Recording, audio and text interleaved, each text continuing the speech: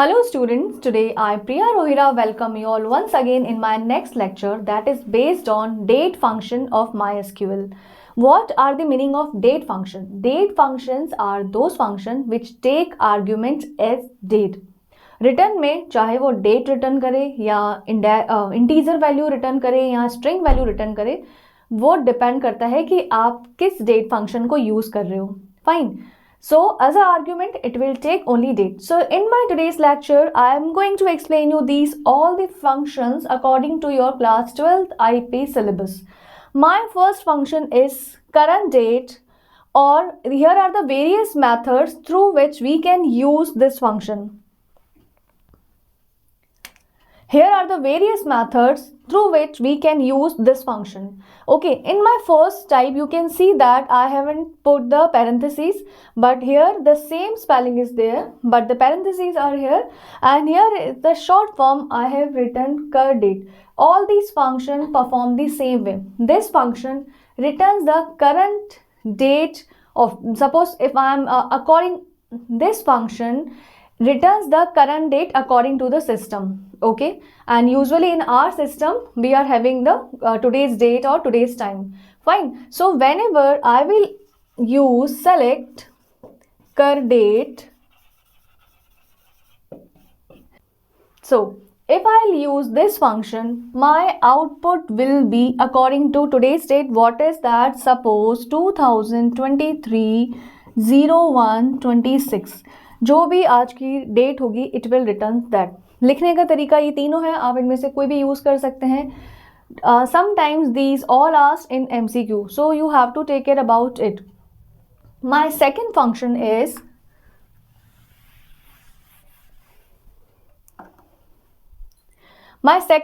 Is month. This function takes the argument as date and returns as integer. What does it mean? For example, I have written select month and argument में आप हमेशा date ही देंगे. For example, I have given 2023-01 and 26. So what is my month over here? My month is 1. So my output will be 1. Fine. So here you can see that कि argument में date आया है पर return उसने integer value ही करी है. My next function is month name. If I am using month name, it returns the name of the month. For example January, February, March and so on. Month name, and I had given the date as argument 01/26. So my output will be, what is my month name? January. So it will return January. So according to this month, it will return you that. So according to your month, it will gives you month name. Suppose I had given here 1. So what is my first month? January. If मैं यहाँ पे second month देती, it will return February. अगर यहाँ पे third होता, it will return March and so on. Okay, so month will returns my output in the integer form and month name gives output in the string form. कई बार exam में पूछा जाता है कि मंथ नेम आपका output किस format में देता है.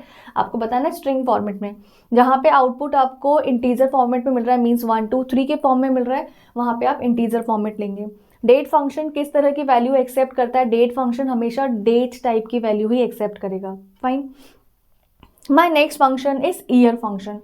Year function is used to return the year of the given date. What does it mean? Just have a look on the example. Select year and I have given suppose 2023-01-26.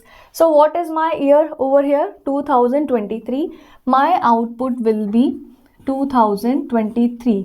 So here also you can see that output is in the integer form, and as usual argument is in the date form. अब sometimes students ask कि ma'am दिख तो रहा है 2023 है, what is the meaning of using this function? तो generally these functions are applied on the table. For example, मेरे पास में employers की list है. कोई एम्प्लॉय 2016 में ज्वाइन किया है, किसी ने 2018 में, अलग अलग ईयर में ज्वाइन किया है. I wish to see the all employers whose year is 2021. और मैं ऐसा पता लगाना चाहती हूँ कि किस किस एम्प्लॉयर ने 2020 के बाद ज्वाइन किया है. सो उस सिचुएशन में आपको ईयर पार्ट एक्सट्रैक्ट करके फिर वेयर क्लॉज के साथ आप कंडीशंस देंगे. ये सारे क्वेश्चंस हम वन बाय वन एग्जाम्पल्स के थ्रू भी लेंगे. Okay, so how these functions are useful, वो आपको बहुत अच्छे से समझ में आ जाएगा. Fine. Now my next function is day function और डे ऑफ मंथ. यहाँ पे मैंने ऑब्लिक किया है. एज यूजुअल दोनों बिल्कुल सेम पार्ट रिटर्न करते हैं. How? Look at here. Suppose I had given select day, या मैं यहाँ पे लिखती day of month. It's fine. आप बोलोगे कि मैम ओ कैपिटल है, एम कैपिटल है, इज इट कंपल्सरी? नो. मैंने प्रीवियस लेक्चर में भी बताया था कि SQL is not case sensitive. आप स्मॉल में लिखे, कैपिटल में लिखे, it's perform the same function. फिर भी मैंने इसको कैपिटल क्यों लिखा? क्योंकि इसके अलग अलग कैरेक्टर को हाईलाइट करने के लिए फंक्शन नेम आपको ईजी से समझ में है. That's why I have written this. बाकी आप कैसे भी लिखेंगे आउटपुट में कोई प्रॉब्लम नहीं है. मैंने यहाँ पे डाला 2023-01-26. So what is my day? कई बार, बहुत बार बच्चे इसमें कंफ्यूज हो जाते हैं और डे में वो क्या लिख कर आते हैं, Sunday, Monday. No, day means month of day. Month का कौन सा दिन है? 26 दिन है. सो मीन्स आप ये समझना कि जो भी हमारी डेट होगी, जैसे 26 है, तो my output will be 26. So month ने क्या किया? मंथ रिटर्न किया. ईयर ने क्या किया? ईयर रिटर्न किया. और डे या डे ऑफ मंथ क्या करेगा? उसका दिन रिटर्न करेगा. That means 26. Fine. My next function is day of year. Means year का कौन सा दिन है. सपोज 1 to 366, पूरे ईयर में 1 to 366 का कैलकुलेट करते हैं according to the leap year. Okay, क्योंकि जब लीप ईयर्स होते हैं तो हम 366 काउंट करते हैं, तो ये 366 के अकॉर्डिंग ही आपको कैलकुलेट करके बताएगा. अब इस एग्जीक्यूट कैसे होगा? सेलेक्ट, मैंने यहाँ पे लिखा day of year. Make sure that इनमें स्पेस नहीं होना चाहिए, otherwise it will create an error. Fine. Day of year. कई बार बच्चे यहाँ पे भी स्पेस छोड़ देते हैं. सपोज ये space, it's wrong, it will not gives you the output. Okay, function में यहाँ पे ये स्पेस नहीं होना चाहिए. बाकी और कहीं आप स्पेस देते हो, डजंट मैटर, बट फंक्शन में आपको स्पेशली ध्यान रखना है, नो स्पेस. फाइन. अब मैंने यहाँ पे किया 2023-01 सपोज एंड 26. ओके, अभी मैं जनवरी मंथ में हूँ, तो आज 26 है. सो 26 मेरा पूरे साल का कौन से नंबर का दिन है? 26. ओके, देन माई आउटपुट रिटर्न 26. कंफ्यूज नहीं होना कि मैम ये 26 तो यहाँ रिटर्न हो रहा है, यहाँ पे भी 26. यहाँ पे सपोज यहाँ पे मैं मार्च मंथ का मैं यहाँ पे कैलकुलेट करती मार्च के अकॉर्डिंग, तो अब ये रिटर्न करेगा कि 26 मार्च 2023 को कौन सा दिन पड़ता है. अब आप इसको कैलकुलेट करके देखना कि कौन सा दिन होता है, वो वैल्यू यहाँ पे आएगी. सपोज यहाँ पे आया 85 और 90, जो भी आप, जैसे सपोज जनवरी में 31 डेज हो गए, फरवरी में 28, मार्च में 26 तक, टोटल कैलकुलेट करके जो भी नंबर का यहाँ पे दिन आ रहा होगा वो यहाँ पे रिटर्न करेगा. अभी आई एम नॉट श्योर कि यहाँ पे कौन सा दिन है, वो आप कैलकुलेट करेगा, बट थिंग इज दैट कि ये जनरेट किस तरह से करता है. Fine. Next, my next function is day of week. Means week का कौन सा दिन है. एसक्यूएल में, माई एसक्यूएल में 1 means Sunday, 2 means Monday, 3 means Tuesday. ऐसे आप एक चीज़ ध्यान रखना कि संडे से 1 से शुरू होता है, उसके अकॉर्डिंग आपका आउटपुट आएगा. ठीक है. यहाँ पे मैंने लिखा select day of week. Fine. और मैंने आज की डेट डाली इसमें 03 and 26. What is the today's day? Today is Thursday. Fine. Sunday से कैलकुलेट करना शुरू करते हैं. Sunday, Monday, Tuesday, Wednesday, Thursday. What is my answer? 5. Then our output will be 5. Okay, make sure. कई बार बच्चे इसमें भी कंफ्यूज होते हैं, मतलब उनको ये लगता है कि 1 means Monday, because starting working day हमारा मंडे होता है, बट डोंट बी कंफ्यूज. ये छोटी छोटी चीज़ें हैं जहाँ पे यूजुअली बच्चे एरर करते हैं, एंड स्पेशली मैं आपको पिन कर रही हूँ उस जगह पे. Fine. So Sunday means 1. According to that your output will come. So my output here will be 5. Fine. My next is day name. Day name means week का कौन सा दिन है, लाइक संडे, मंडे. अब मैं यहाँ पे नंबर्स की नहीं बात कर रही हूँ, मैं यहाँ पे proper Sunday, SUNDAY. Okay, question कैसे आते हैं एग्जाम में. सपोज 15 अगस्त 1947 को कौन सा डे था, उसको अगर हमें फाइंड आउट करना हो तो which function will you use. Okay, so for that you will use day name. Select day name and suppose I am giving today's date. Fine. So what is the day today? Thursday. So my output will be Thursday. Fine.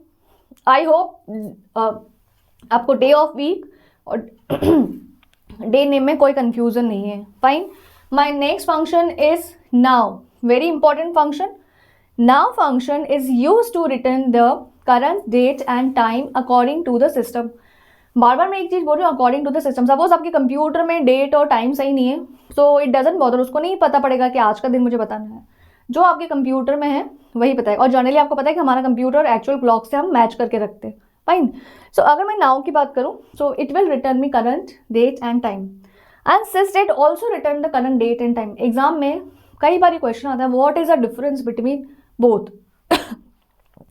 जिस format में मैं आपको अभी यहाँ बता रही हूँ उसी फॉर्मेट में आपको आंसर लिख कर आना है. फाइन. कैसे, देखो. सपोज मैंने लिखा सेलेक्ट, सिंपल. पहले नाउ फंक्शन का एग्जीक्यूशन बता रही हूँ. मैंने लिखा सेलेक्ट नाउ. जब आप इसको एग्जीक्यूट करेंगे, यहाँ पे आपको कोई आर्ग्यूमेंट पास नहीं करना है, क्योंकि ये आपको एज अ रिटर्न में आपको डेट और टाइम ही बताएगा. So according to this function it will return the date 2023/01/26. And what is the time right now. Suppose अभी हुआ है 4 hours 25 minutes 5 seconds. Hours, minute, second. अगर यही काम आप सिस डेट के भी साथ करेंगे, same answer will be there. दोनों में कोई डिफरेंस नहीं है. अब एग्जाम में कैसे डिफ्रेंशिएट करोगे इसको, हैव अ लुक. यहाँ पे आपको क्या बताना है, select now comma sleep. Suppose मैंने 2 सेकेंड का स्लीप दिया. स्लीप मीन्स आप your computer is idle, is doing nothing. मैंने 2 सेकेंड का इसको स्लीप दे दिया. Then again I am executing now function. So suppose पहले नाउ एग्जीक्यूट हुआ. ओके, पहले नाउ एग्जीक्यूट हुआ. My output will be 2023/1/26/4/25/05. फिर 2 सेकेंड आपका कंप्यूटर रेस्ट करेगा, मीन्स आइडल मोड में जाएगा.